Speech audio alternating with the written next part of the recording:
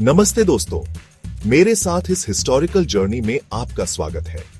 आज हम इंडिया के इंपॉर्टेंट रेवोल्यूशंस के बारे में बात करेंगे, जिन्होंने हमारे देश के हिस्ट्री को चेंज कर दिया।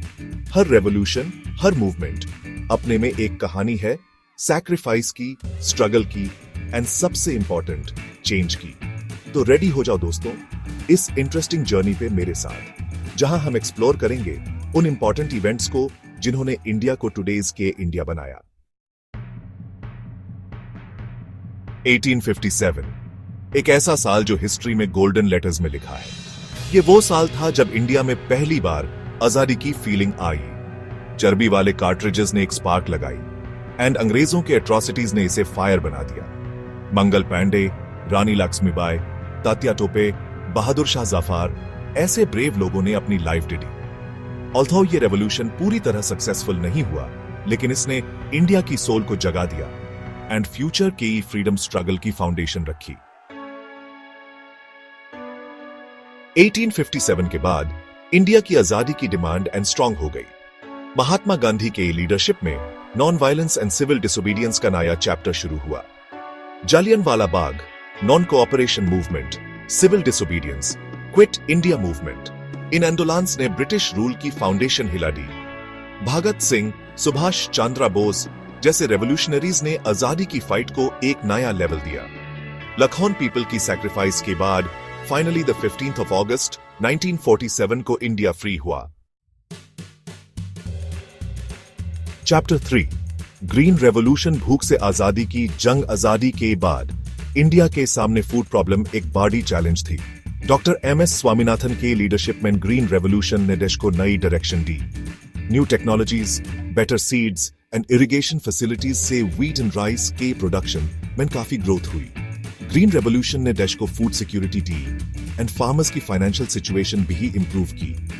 ये रेवोल्यूशन इंडिया के डेवलपमेंट में एक इंपॉर्टेंट माइलस्टोन था। चैप्टर 4 व्हाइट रेवोल्यूशन, दूध की नदियों की धारा। ग्रीन रेवोल्यूशन के बाद व्हाइट रेवोल्यूशन ने इंडिया को वर्ल्ड के सामने एक नई एग्जाम्पल दिखाई।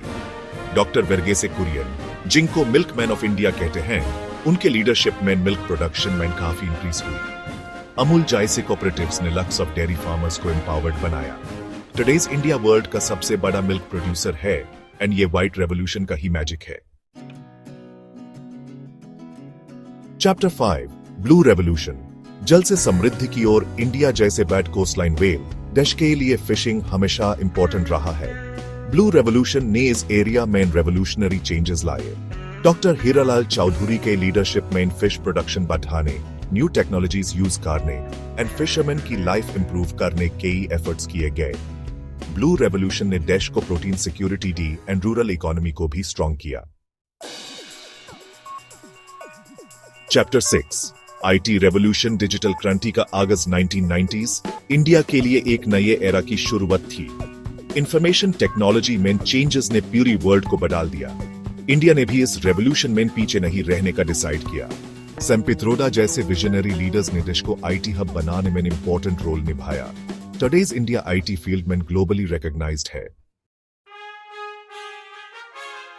Chapter 7 industrial revolution, self reliant Bharat की एंड आजादी के बाद इंडिया ने खुद को एग्रीकल्चर बेस्ड कंट्री से इंडस्ट्रियल कंट्री बनाने का गोल रखा।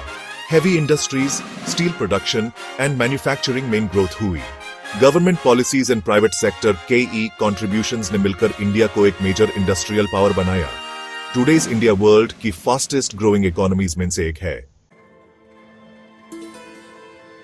चैप्टर 8 चिपको मूवमेंट, प्रकृति के लिए वॉइस। 1973 में उत्तराखंड की विलेजेस से एक ऐसी वॉइस उठी जिसने पूरी वर्ल्ड को हिला दिया।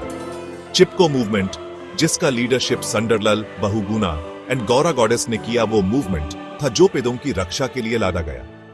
महिलाओं ने पेड़ों से चिपक कर उन्हें कटने से रोका एंड यह मैसेज दिया कि नेचर के बिना हमारा एग्जिस्टेंस नहीं। चिपको मूवमेंट ने एनवायरनमेंट प्रोटेक्शन के इंपॉर्टेंस को हाईलाइट किया एंड ग्लोबली इंस्पिरेशन का काम किया। चैप्टर 9 इंडिगो रिवोल्ट, एट्रोसिटीज के अगेंस्ट फाइट। 19th सेंचुरी में बंगाल के फार्मर्स पे इंडिगो की फार्मिंग के लिए फोर्सफुली की जा रही थी। ब्रिटिश फार्मर्स का एक्सप्लॉयटेशन कर रहे थे एंड उन्हें सही प्राइस भी नहीं दे रहे थे। दिगंबर बिस्वास एंड विष्णुचारण बिस्वास जैसे लीडर्स के लीडरशिप में इंडिगो रिवॉल्ट शुरू हुआ। फार्मर्स ने यूनाइटेड होकर ब्रिटिश का कन्फ्रंटेड किया। ऑल्दो यह रिवोल्ट कंप्लीटली सक्सेसफुल नहीं हुआ, लेकिन इसने ब्रिटिश के अगेंस्ट लड़ने की फीलिंग को एंड स्ट्रॉन्ग किया। Chapter 10 women empowerment.